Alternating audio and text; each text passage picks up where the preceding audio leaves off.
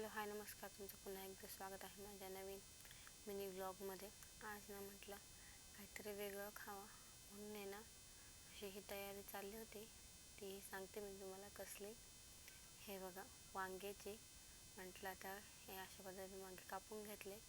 आता मसाला दिसला, म्हटलं मग आता करूया काहीतरी वेगळं म्हणून मस्त असे दोन असे मोठे कांदे कापून घेतले आणि खोबरं बी असं भाजून घेतलं लाल असं होईस्तोवर। 4-5 लसूणच्या काळ्या आणि थोडंसं आलं आणि तवा गरमच होता।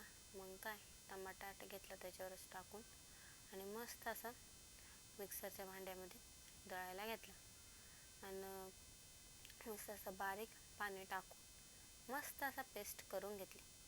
आणि मग काय 2 पळ्या तेल टाकलं, मग जिरे टाकायचे गरम झाल्यावर।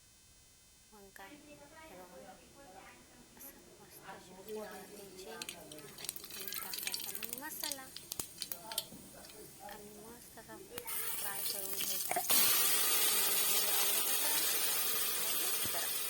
आणि इथे ना 2 चमचे मिरची, थोडीशी हळद, 2 चमचे घरातला मसाला आणि 2 चमचे वांग्याचा मसाला वांग्याचा। मग काय त्याच्यात टाकून घेतलं, मस्त असा फ्राय करून घ्यायचा आणि मिक्सरचं भांडं आहे ना ते धुवून त्याच्यामध्ये टाकून द्यायचं, कारण अर्धा निम्मा तर मसाला त्याच्यातच राहतो त्याच्यामुळं। आणि थोडंसं ते पाणी टाकून मिक्सरच्या भांड्यातलं मस्त असं तेल सुटोस्तर मस्त असं फ्राय करून घ्यायचं। आणि ना असं कधीतरी वेगळं केलेली भारीच वाटतं, म्हणून म्हटलं करून पाहावा। चांगली झाली तर तुमच्यासोबत शेअर करावा, नाही तर मग कॅन्सल। मग आता खूप भारी झाली होती, सगळ्यांना आवडली होती म्हणून मग शेअर करते। आणि मस्त असे वांगे टाकून घेतले त्याच्यामध्ये। इथे ना मी 6 वांगे घेतले होते, तर तुम्ही तुमच्या पद्धतीने करू शकतात।